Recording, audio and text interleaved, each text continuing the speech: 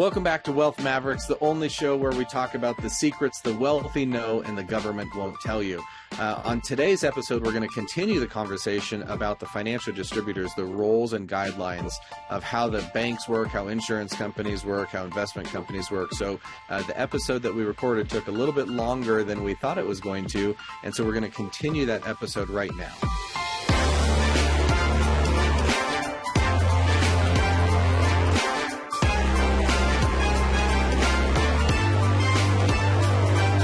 Money being a zero-sum game, these massively powerful, influential entities are going to set themselves up to win every single time. Absolutely. And even when they lost and were bailed out, they were still set up to win.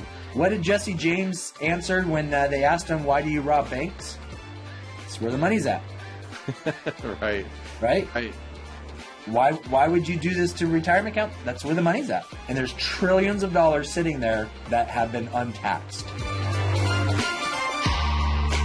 The next step is, let's decide on, and I went into Fidelity as well on the if you're at YouTube, I went through the PowerPoint. I showed exactly what Joe just read. And then I did the same thing for Fidelity. Fidelity says the same thing. Before investing, consider fund investment objectives, risk, charges, and expenses.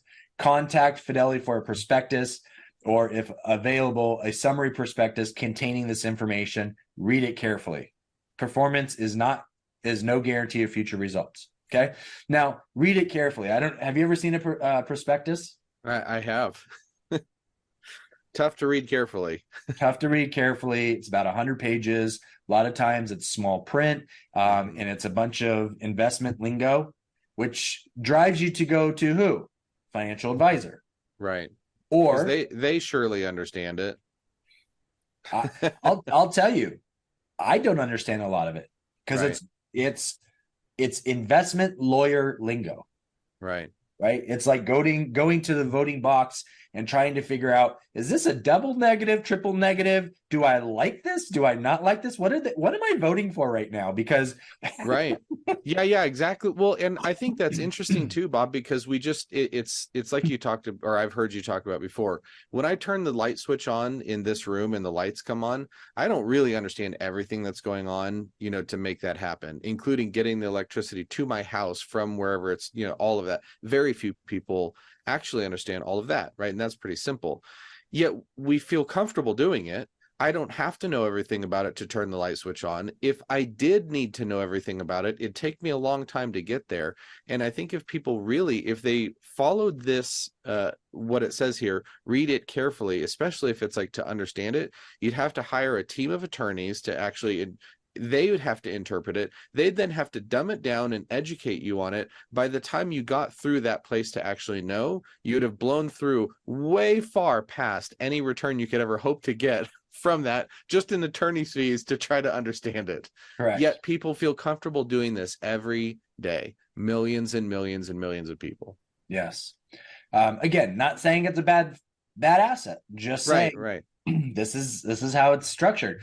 And to mitigate some of this, not a guarantee, we talk about risk tolerance, right? Basically, how much are you willing to lose? Well, everyone says nothing. Okay, well, but if you did lose, what would you be comfortable losing? Well, hang on, time out. Why are we talking about how much am I willing to make? Right. Are we talking about the negative right off the bat, right? Because the reality is that's what risk tolerance is.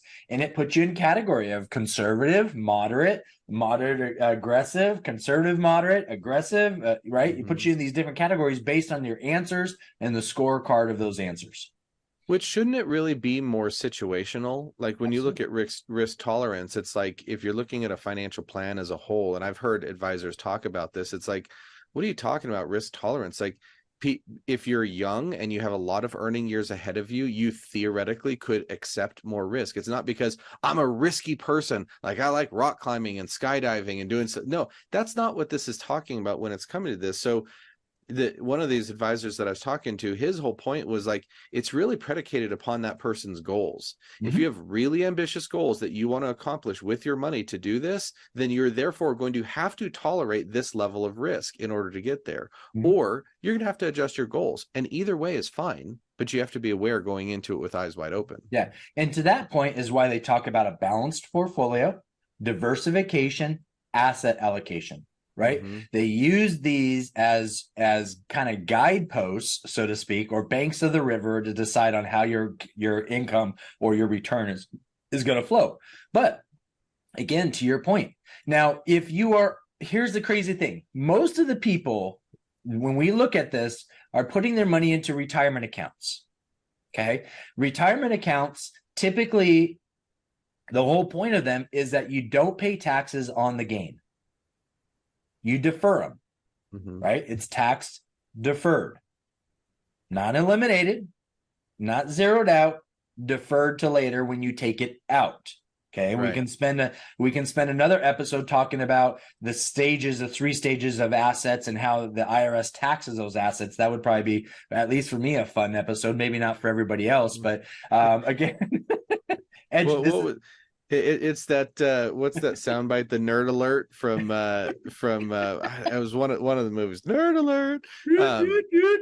But I think it is important for people to understand, the premise of that. The reason why you geek out on this stuff is because it actually means something to people, and I think a lot of people don't get that.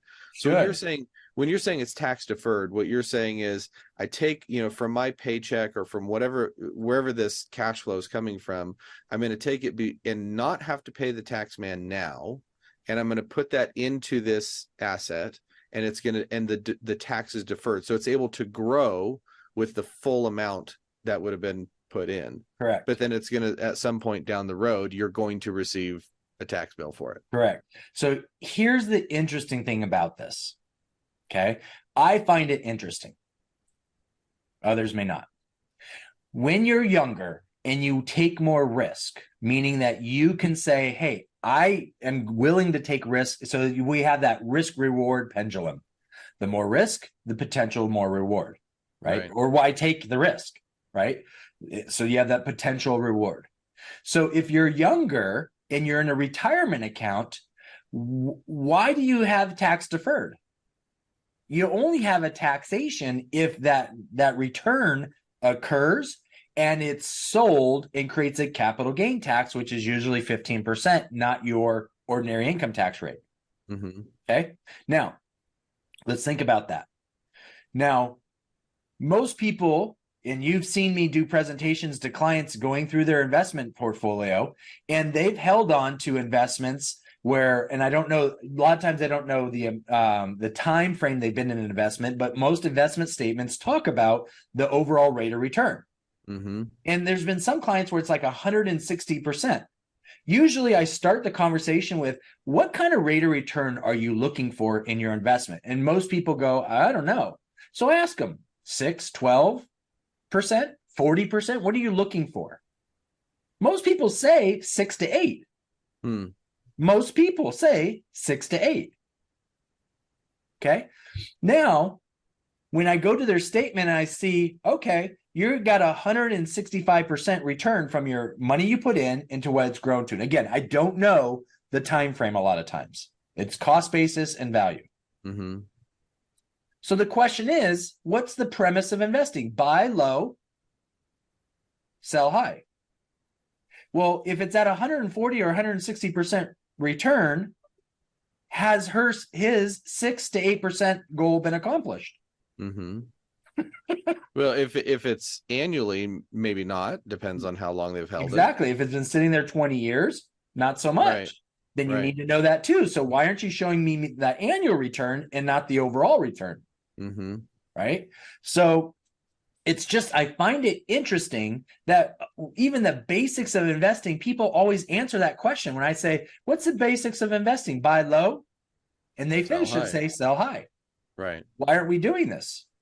Right. Because then in a tax deferred, it would be capital gains that gets deferred to later. You made your money. Right. My point is that most people don't sell. Most advisors don't sell that. They just keep going. They say, hey, well, maybe we can get to, 10,000% rate of return in a mutual fund. Right. Right. I don't know. And I'm not saying that's right or wrong. I find it curious. Right. Now, when you go to the conservative world, And your risk reward, lower risk, lower reward, usually creates a dividend or an interest income that is taxable. So you would want a tax deferred structure so you don't get taxed on that every time you get a dividend or interest. But most so here's a question. When you're looking at tax deferred, I have a personal belief of where I think taxes are going to go. But do you think most people think that taxes are going to increase or decrease over time? When we ask that question, without a doubt and without hesitation, they finish the answer to the question before the question is finished. Right. It's going to go say up. Higher. It'll go up. Right. So when you put something into tax deferred, then what's the logic? Because, and again, going back to Tony Robbins' book, he brings this point up. It's like, that money that is growing tax deferred, whatever that chunk is not yours, but people feel like all anxious about, I'm going to create this capital gain. I'm going to have to give what wasn't mine to begin with to that person that it belonged to, the government in this case. So how do you think about or process that when you're either building tax deferred assets, which, again, the taxes are, if we believe the taxes are going to be higher down the road, would it be more advantageous to take that chunk out now and allow it to grow tax-free rather than go in tax-free? Yes. Yes. And here's the interesting thing. You are allowed to do that with a Roth IRA, but there's limitations to that, right? Right. Now you can put in income, right? And you put it in, it's got to stay there for 5 years, right? There's all these limitations because the government just doesn't give you tax free. They're like, we'll give you a little bit. We'll give you a little bit, but not a lot. It's a little taste, right? And I'm of personal belief that Roth IRAs are going to be eliminated within 10 years. Oh, really? I am of that personal belief. But we can talk about that another time. So here's the thing that's interesting about that, though. We are still, when you look at the tax charts, at married filing joint, the highest income bracket tax rate in the income that can be made, we are still historically at the lowest tax rate we've ever been in our country. When you take an income range at that tax bracket, today it's 37%, and to hit 37%, you have to make over 600,000 married filing joint to hit that. Mm-hmm. How many people are hitting that? Right, not many. Not many, right? But in Reagan's time, it was 128,000 at 50% tax. Was that in those dollars or today's dollars? Those dollars. So what would be the equivalent today? Probably less than 200,000. Mm-hmm. So less than 200,000, and they're paying 50% on that last dollar. Wow. Right. And he's one of the greatest presidents, right? And I'm not saying that that's right or wrong, but he did come from Carter. He did come from high inflation. He did come from a bunch of issues, right? Mm-hmm. Before Carter, was it Nixon? I don't know. Right. So it was Johnson who took over, right? Nixon, Johnson, and then I think it was Carter. So in that period of time, we went off with Nixon off the gold standard, and this is where the Federal Reserve and interest rates, and we're going to back everything. And we had no clue what to do. Mm-hmm. We were just making crap up as we were going, and that's why we had double-digit inflations. And we actually recorded double-digit inflation versus inflation now. We don't record double-digit inflation, even though we all know we've been in double-digit inflation. Right. So the thought that taxes will be higher in the future is not, you're saying historically speaking, we don't know what it's going to be. We don't know. It was higher. We don't know, but if it's still historically lower, mm-hmm. and they just spent $1 trillion of taxpayer dollars over the last, in a 2-year period, mm-hmm. 2020 to 2022, there has to be a reckoning. Mm. And what's that reckoning? In Obama had talked about creating an excise tax on 401k assets. Where there's smoke, there's fire. He said it twice. His first term, his second term didn't go anywhere. He dropped the seed. Right. But that means they're talking about it.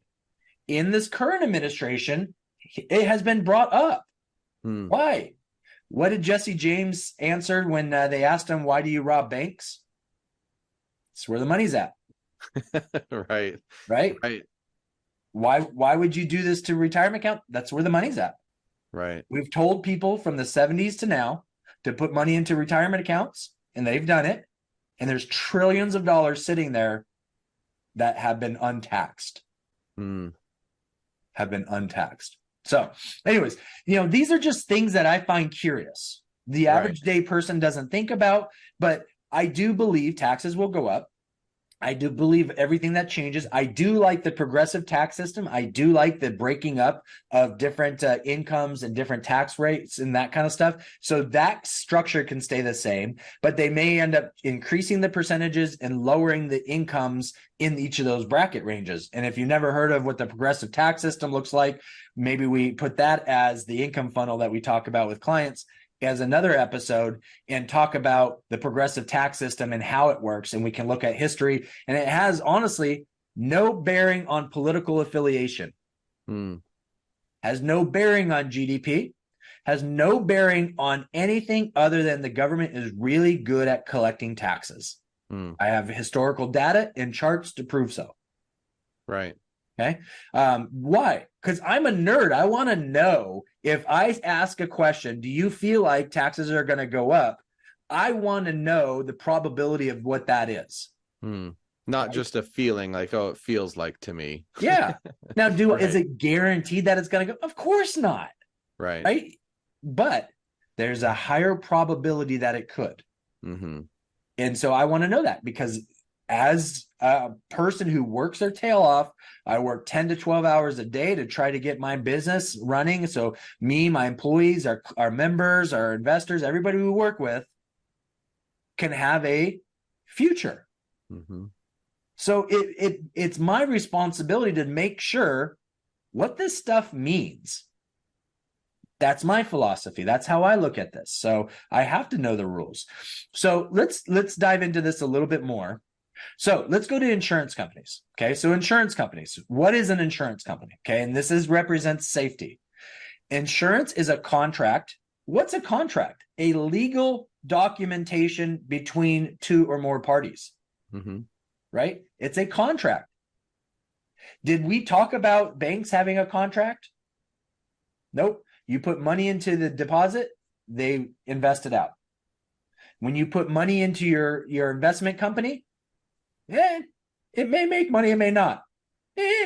That's the contract. Maybe we'll give you something. Yeah, but you have to sign an agreement, right? It's like 18 pages of all these legalese, and everybody signs it, and you put it in place. And I get to deduct this out of my paycheck, and I don't have to ever see it. Oh, that's very convenient. Let's do that, right? And that's what a 401k. And insurance is a contract represented by a policy in which an individual or entity receives financial protection or reimbursement against losses from an insurance company. Okay. The company pools clients' risks. We have that word pooling again, right? Pools clients' risks to make payments more affordable for who? Us. Well, that's kind of cool. Thank you. Right? Insurance policies are used to hedge against the risk of financial losses, both big and small, that may result from damage to the insured, you and I, the policyholder, or their property, or from liability for damage or injury caused by a third party. It's designed to try to make us whole, right? Now, before I dive into any more, any questions to this, Joe? Any thoughts or comments? No. All right. So insurance, just like investments and banks, there's a whole world, right? It's what kind of insurance are you buying? Some are required to, depending on who you are, right? If you have a mortgage on your house, guess what you're going to have to buy? Homeowners insurance. Why? Because the bank wants to make sure they get their money if your house burns down. Right. Or auto policy if you're going to have a driver's license and drive around. Right. Right. Workers' comp. It's not for the business. It's for the employee. They get injured on the job. There's money there for them to get rehabbed and get better. What does the employer get? Possibly not being sued. Right. But when does that usually happen? Years later. So workers' comp, and you could still get sued on workers' comp, by the way. So what's the benefit for a business owner? When that employee gets injured, that business owner still has to do what? He still has to have that employee. And I'm not talking about get rid of them and dig a ditch and put them in there. I'm not talking about that at all, right? But as a business owner, what's the benefit for a business owner? They have an employee because of work and services that need to be accomplished. Now you have somebody who's not in the office or out in the field doing that. So what's the business owner have to do? Spend more money to get that work, that products and services taken care of, and still guarantee that employee a position back when they get back and rehabbed. Do I fire that new person? Right. Do I keep them? Right. These are just things that we as business owners have to think about when these events occur. This is a contract. It's great. I'm not saying workers' comp is bad. I'm just using that as an example of decisions we have to make as business owners of a particular situation. Right. Right. And things that are forced upon us. Forced upon us. We're required. Right. It's a requirement. Right. So it's just interesting. But when you look at life insurance, disability insurance, health insurance, these are for me as an individual, right? And the pricing is based on the grouping of that particular group, right? So that's why health insurance, like our health insurance for our company just went up 13%, right? I don't know if all my employees, I didn't go to the doctor once this year. Right. I don't know who my doctor is. I don't even know if I have one. I think my wife maybe chose one. Right. I don't know. I've never used it, but my rate went up 13%. Wow. Right. My kids, they do telemed or something like that. They'll go to urgent care, right? Get prescriptions, which they could probably go to the pharmacy or the drugstore and get over the counter stuff to satisfy the same thing, right? May take a day or two longer to get better or whatever, right? But the point is that we don't have anybody that's life-threatening in their situation that would cause our rates to go up 13%, but they did. So what do? Pay it. Or I pass it on to my employees. What's that mean? Well, do I have to pay them more now? Right? So there's decisions with some of these contracts that benefit me individually and my employees. But now what about life insurance? Disability. That's based on me as an individual, something that happens to me, right? I have a contract with the insurance company. Right? It represents safety. So the key here for insurance companies is capital in surplus. Okay. What is surplus? Extra money. Okay. So capital in surplus definition is essentially the amount of money needed and remaining after an insurer's liabilities are subtracted from its assets. I think that means profit, right? Right. I mean, it looks like it. Right? Surplus is a financial cushion that protects a company's policyholders in the event of unexpected or catastrophic losses. Okay. I think most people listening go, okay, Bob, what's your point? Well, my point is, this is California. This is from the National Association of Insurance Commissioners. So insurance is not a federally regulated thing like investment companies and banks. So investment companies, you have the Security Exchange Commission. Insurance is regulated by each state, and each insurance commissioner is voted in, and each insurance commissioner for all 50 states is part of the National Association of Insurance Commissioners. And they get together and say, here's guidelines that we all are going to abide by, and then each of us individually get to do things on our own. Such as rates, right? Rate increases, rate decreases, coverage is accepted, blah, blah, blah, whatever. Okay. So I brought up California. Why? Because when I created this and went through this, I was in California. So it just made the most sense. And besides New York, they're in Texas, one of the most populated states. And quite honestly, the insurance department, it's a bear to get through to do anything. Okay, so it's not a very fun place for an insurance company to do business, is my point, as is New York. Okay, but the number one thing, notice it says life insurance at the very top. Capital, $2.25 million. How much surplus do they need to have as of capital? 100%. What was the banks? 10% until recently. Yeah, 0%. So insurance Right. companies say for every dollar, we have to have a dollar. Mm-hmm. 1 + 1 = 2. Okay. That's safety, right? Disability, it's the same way. Life and disability. And then you kind of creep down and you can see the differences and the changes So and all that kind of stuff.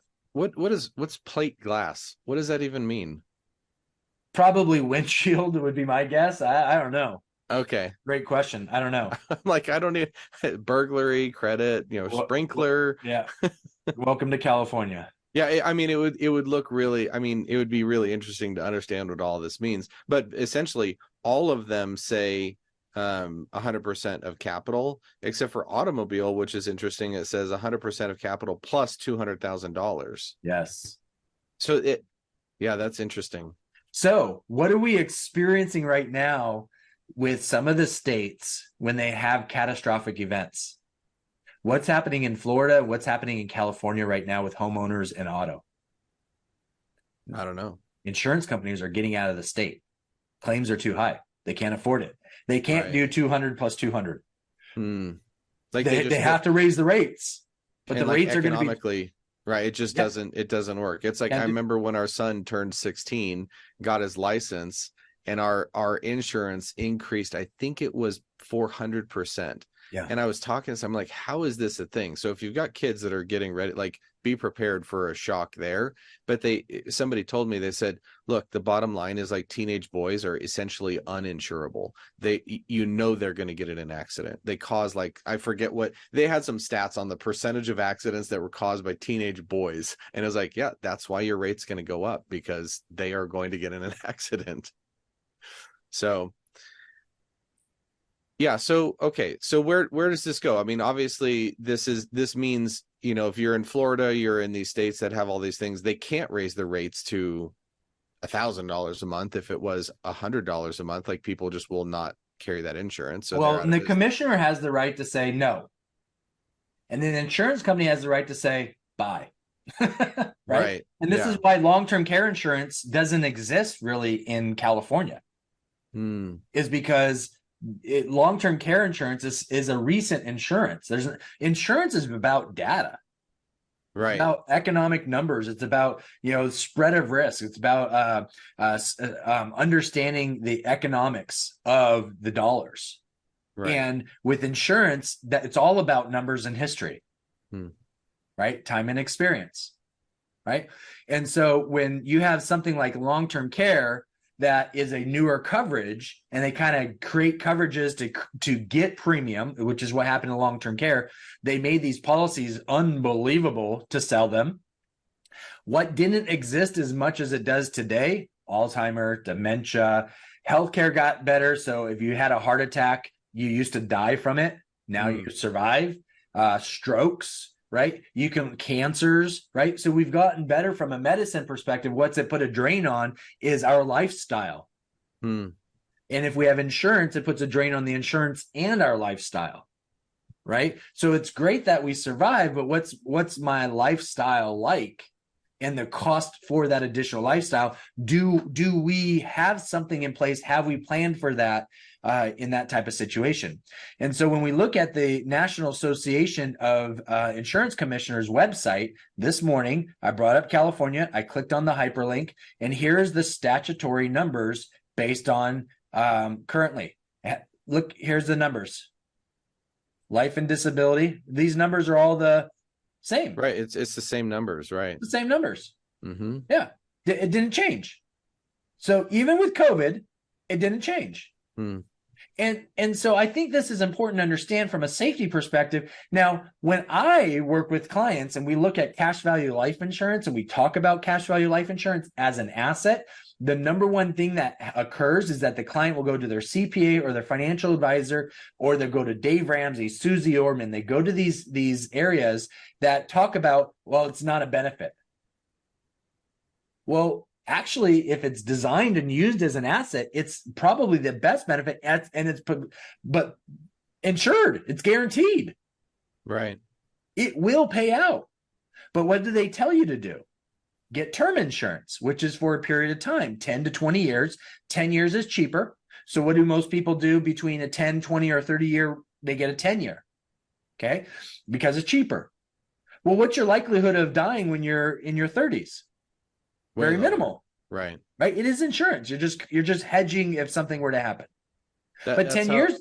I have a friend who is my brother-in-law, describes it this way. He says, every month when I write my life insurance check and hand it to them, I say, I bet I die. and they grab it and they go, I bet you don't. And when you look at the term insurance bucket of business, it's 2% claims. 2% claims. Why? Statistically speaking, we're going to live to 80, 84. Right? So, and it's funny, they say, well, statistically speaking, you're going to have a disability before you die. True. But it's 100% statistic that I'm going to die. Right. We all.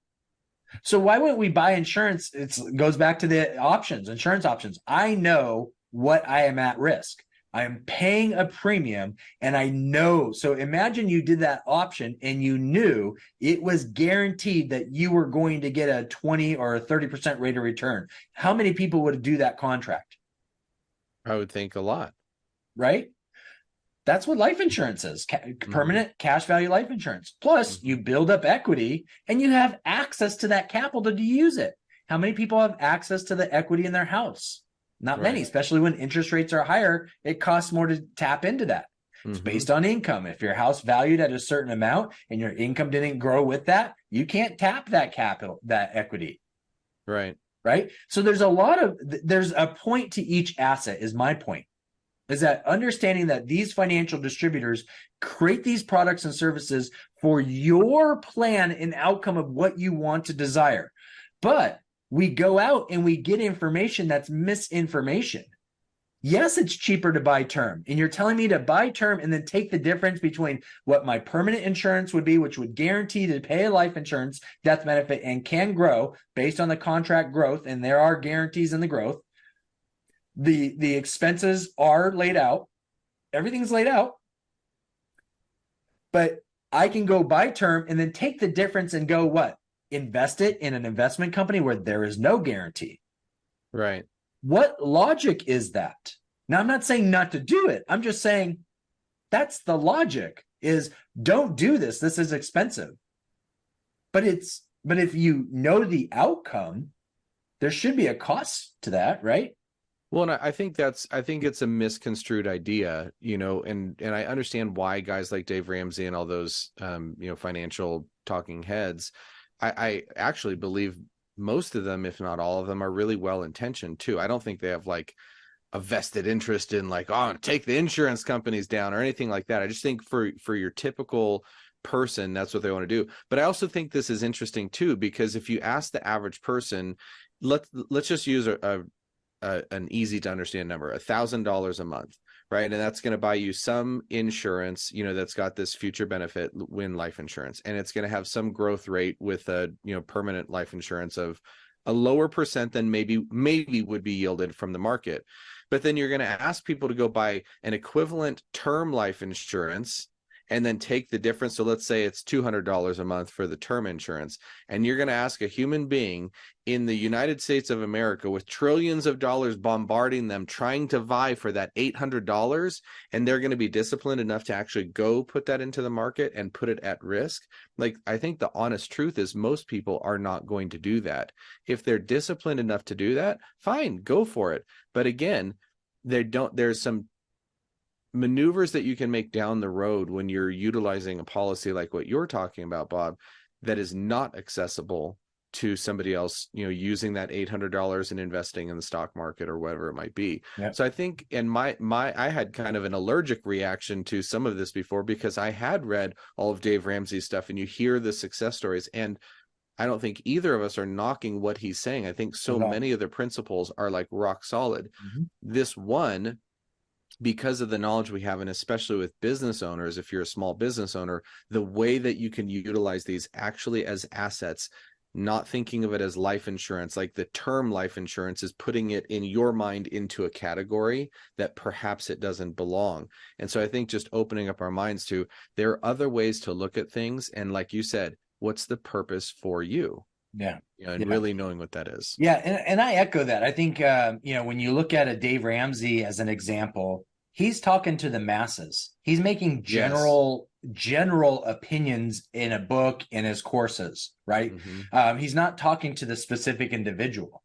And when we talk to business owners, that's the first thing I tell them is that, look, you may have read Dave Ramsey, you may have read all these other things. They're not talking to you. They're saying things to you, but they're not talking to you. As a business owner. And what your outcome. And so when we start talking about this stuff as an example and all the other things that you and I have obviously had conversations with, what is the insight to business owners after we get done with our initial conversation? Almost every time this is exactly what I've been looking for. This is exactly what I've been talking to my wife about, or my partner, or whatever the case, or whatever it is. It's because we're business owners talking to business owners about how to accumulate wealth in a way that is desirable, that we all know exists. We just don't know how it exists. Right? I know that there are certain things that exist in our world. I've never seen it. I've never experienced. I've never been to Rome. Never. But I know it exists. Does it mean it because I haven't actually personally experienced it, it doesn't exist? And that is exactly what this broad range advice is talking about. Right. And so, a lot of other professionals fall into these categories as well, which is why we created Farming Assets, why we talk about financial distribution, why we're doing this podcast and YouTube channel, why we're talking about these episodes right now. Right. You still may not change as a listener. You still might not change anything. I don't care. It's your money, but now you know. Right. Now you know. You've made an educated decision to keep doing what you're doing, even though you know this information, because you may be doing the right thing based on this information. Well, Fantastic. I think part of it, the premise of this is the roles and the guide of this episode. The premise of this episode is the roles and the guidelines of the financial distributors, how the banks work. And like we talked about earlier, money being a zero-sum game, these massively powerful, influential entities are going to set themselves up to win every single time. Absolutely. And even when they lost and were bailed out, they were still set up to win. And I think it's incumbent upon us at some point to say, I need to increase my knowledge so I at least understand what's going on, so I can at least play fairly in the game. And I think that's where most people kind of check out, because they're not willing to do the level of research and gain the knowledge that you've invested your life's work doing. And so I think when we start waking up, when we start paying attention to these things, it gives us an unfair advantage above, people who are not doing that. I saw a quote yesterday that said, AI won't take over humans, but humans who use AI will take over humans who don't use AI. So I thought, I was like, well, that's a really interesting way of looking at it. I don't even know if the whole quote is true. Maybe AI is going to take over at some point. But the bottom line is, like, if you don't know the rules, if you don't understand this stuff, it's very difficult to win when there are other people who do understand these things. And so I commend any listener who is listening to this podcast, because they're increasing and leveling up their knowledge so that they can play with an unfair advantage to themselves. And when you're looking at any talking heads, you've got to ask yourself, what's in it for them? What are they gaining from this? And even I was listening to Joe Rogan's podcast yesterday, and he was talking with a guy who kind of created or popularized the carnivore diet.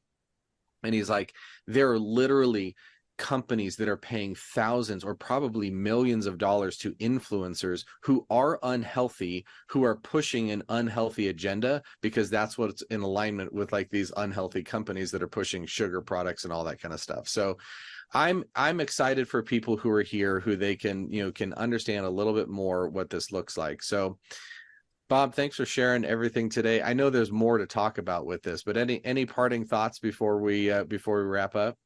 No, I think the biggest thing for us is that, yeah, just add questions, comments, right? We want to be more informed of the listeners and what they're looking for, as well, and helping, because everything I shared today was because of my dialogues with my clients, was my Right. own curiosity, my clients' curiosity. And I'm not a big fan of just giving answers and not knowing the answer. Right. Yeah, exactly. Which some people are just fine with that. Yes. So, well, hey, make sure to join us next week. We're going to be talking about real estate as an asset class and discussing the pros and cons, especially the tax advantages. So we're looking forward to seeing you next week. If you want to be part of the conversation, join us over on our LinkedIn and Facebook pages. Leave a comment and let us know what you thought, and more importantly, what questions you have. So until next time, take everything that you've learned today and go implement it in your life. By the way, let us know how it's impacting you.